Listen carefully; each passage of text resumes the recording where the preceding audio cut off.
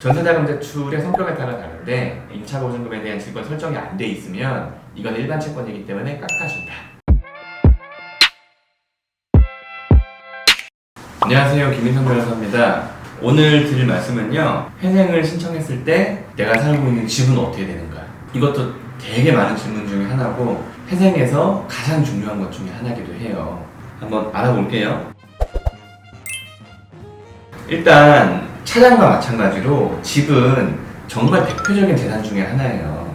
그렇기 때문에 회생하면서 이거의 처리에 대해서 상당히 좀 복잡하고 까다로운 부분들이 있습니다. 담보대출이 있는데 이게 회생이 가능합니까? 라는 건데 그게 되겠습니까? 그게? 안 되죠, 당연히. 제가 10억짜리 집을 샀어요. 8억이 대출이야. 그리고 2억이 내 돈이야. 그럴 수 있겠죠? 그런데 내가 회생을 했어. 근데 회생이 되면 탕감이 되잖아요. 변제금만 갚으면 나머지는 탕감이 된단 말이에요. 회생 절차가 종료가 되면. 그럼 8억짜리 집을 사고 회생을 해서 한 1, 2억만 갚고 나머지 6억은 담보채권자가 양보를 한다면 저는 1, 2억 주고 집 사는 거잖아요. 말이 돼요? 말이 안 되잖아요. 담보채무는요, 절대로 회생하고 상관이 없어요. 그 주택담보대출 계약서에 보면 채무자가 개인회생이나 개인 파산, 기타 어떤 그 채무 변제에 좀 악영향을 끼치는 것들이 있으면 기한이익을 상실하고 일시금으로 갚아야 된다, 이런 내용들이 있는 것들이 대부분이에요. 경매 넘겨요. 왜? 이 사람이 갚을 능력이 없는 걸 내가 아는데 그걸 왜 계속 기다려주고 있어요, 채권자 입장에서. 경매 넘기려고 담보를 잡는 거예요. 담보를 받아서 집을 샀는데 경매 넘어갑니까? 뺏깁니까?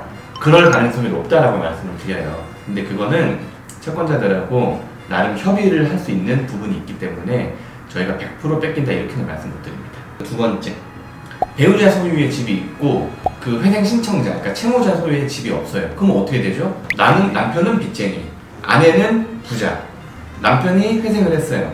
아니, 부부가 부부 공동생활 영위하면서 이룩한 재산이 있다면 그 재산은 통상적으로 2분의 1씩 소유권이 있다고 본단 말이에요. 그러니까 내가 회생을 하는데 우리 배우자한테 재산이 있다. 그러면 그 재산 가치, 그죠? 그 집 가치의 반은 내 걸로 가요. 그럼 어떻게 되느냐? 청산 가치가 높아지겠죠. 청산 가치가 높아지면 어떻게 되느냐? 매달 변제금이 올라가겠죠. 배우자와 이혼을 했어요.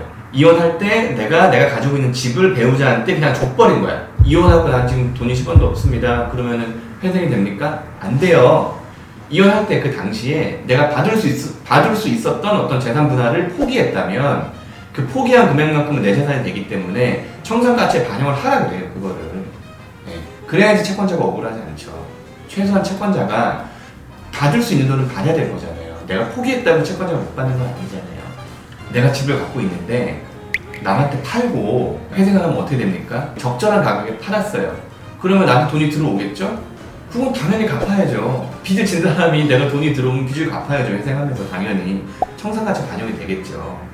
팔았다 해도요, 사행위 취소, 분리해소 걸려서 청산가치를 넣거나 아니면 그런 판 행위 자체가 취소가 돼버려요.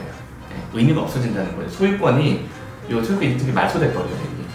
전세로 만약에 내가 살고 있으면 어떻게 되느냐? 전세자금 대출은 좀 특이해요. 왜냐하면 전세금을 받을 때 전세금이 아주 많지 않다면, 전세자금 대출을 받았을 때 신용이 나쁘지 않았다면 적은 금액 같은 경우는 전세금 반환 채권에 질권 설정을 안 하는 경우들이 가끔 있어요. 그렇다면 그게 일반 채무랑 똑같이 들어와서 탕감이 돼요. 근데 질권 설정을 해놓은 거는 탕감이 안 됩니다. 그 다음에 임대차 보증금 같은 경우에는 전세금, 임차 보증금 이런 것들에 대해서 최소한도로 보장해주는 어떤 그 특별법들이 있어요. 그거를 이제 쉽게 얘기해서 최우선 변제금이라고 하는데, 최우선 변제금 정도는 청산 가치에서 빼줘요. 왜? 이거는 살아야 되니까. 이건 뺏어가지 못하니까. 정리를 많이 해드릴게요. 내가 부동산을 가지고 있어요. 내가 부동산의 소유자예요. 근데 담보대출이 있고 개인회생을 하면 내가 갚아야 되는 돈이 줄어듭니까? 아니요. 담보대출은 못 건드려요. 그러면 이 집이 경매로 넘어가니까 높은 확률로 그래요.